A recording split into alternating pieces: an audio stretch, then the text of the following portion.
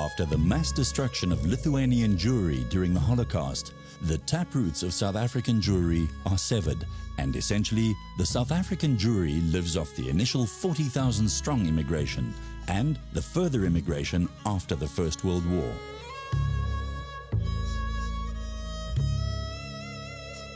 After the Shoah, we really cannot speak about Lithuanian Jews.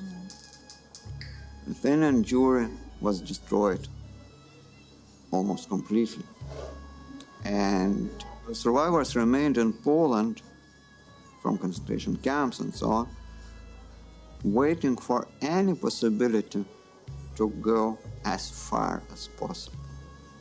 As far from that bloody Europe, as far from that bloody Lithuania, where they lost everything and all.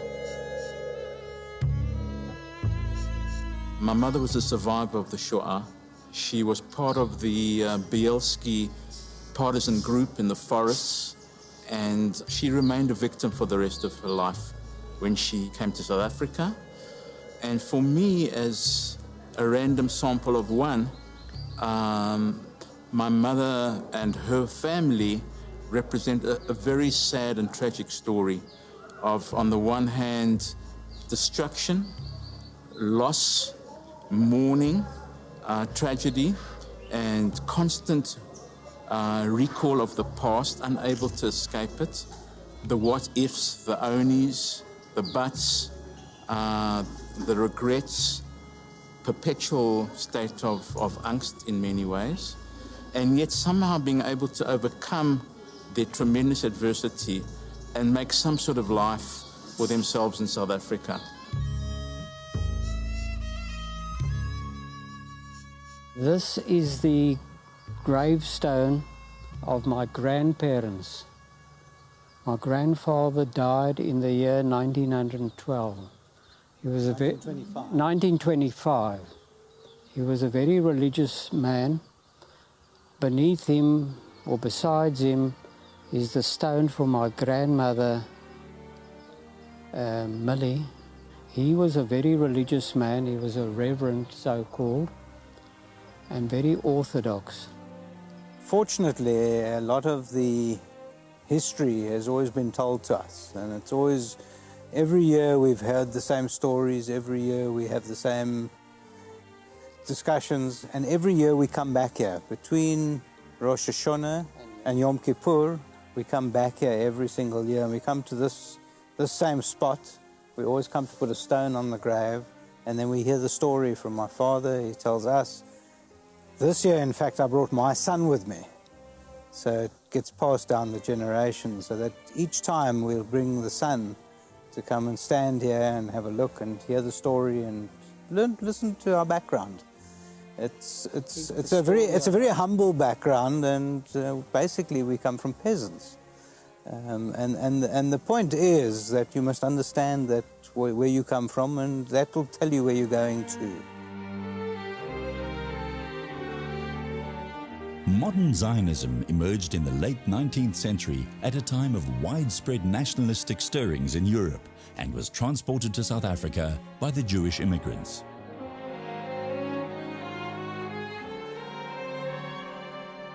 Another thing about it is its distinctive Zionism, its commitment to Zionism. It's always been a very Zionist community, much more so to say than English Jewry. There was really a division around Zionism for a very large part of the first part of the 20th century. That division was never strongly the case in South Africa. It's another thing that gives it its feature. It's interesting from a political point of view because of my involvement with the Board of Deputies. It's a strange community, but most of us, 90% of us, are Orthodox. Although we don't practice Orthodox Jewry, most of us don't, but we are Orthodox. I mean, I go to an Orthodox shul, I'm involved in all Orthodox activity. And also, 90% of us are Zionist, very strongly Zionist. But it's a contradiction because a lot of us won't ever live there in Israel. I'll always live here. I'm not planning to go live in Israel. But you say something bad about Israel and immediately my hackles are raised and I'm really angry and I'll write letters to newspapers and and shout at people and shout on radio stations and whatever. So I'm very strongly Zionist. A passion is Zionism.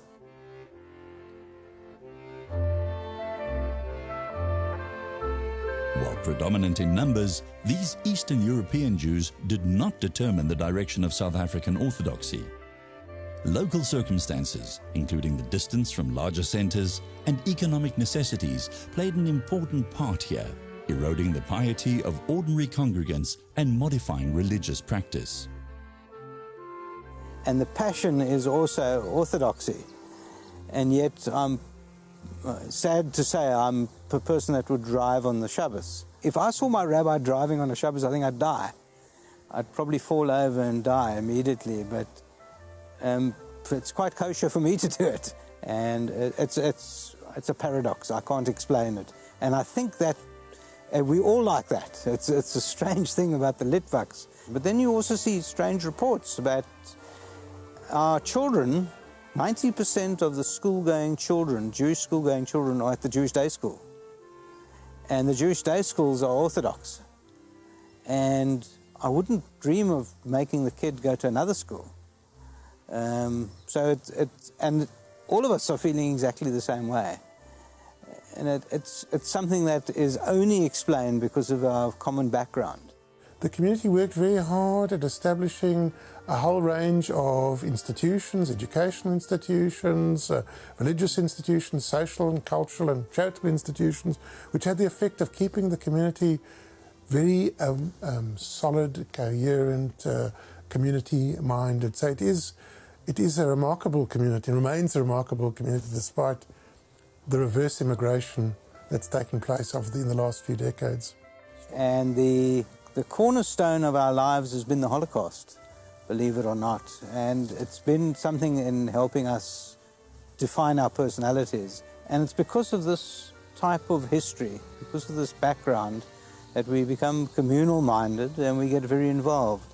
So I've been involved with the Board of Deputies, the South African Jewish Board of Deputies now for the last 22 years.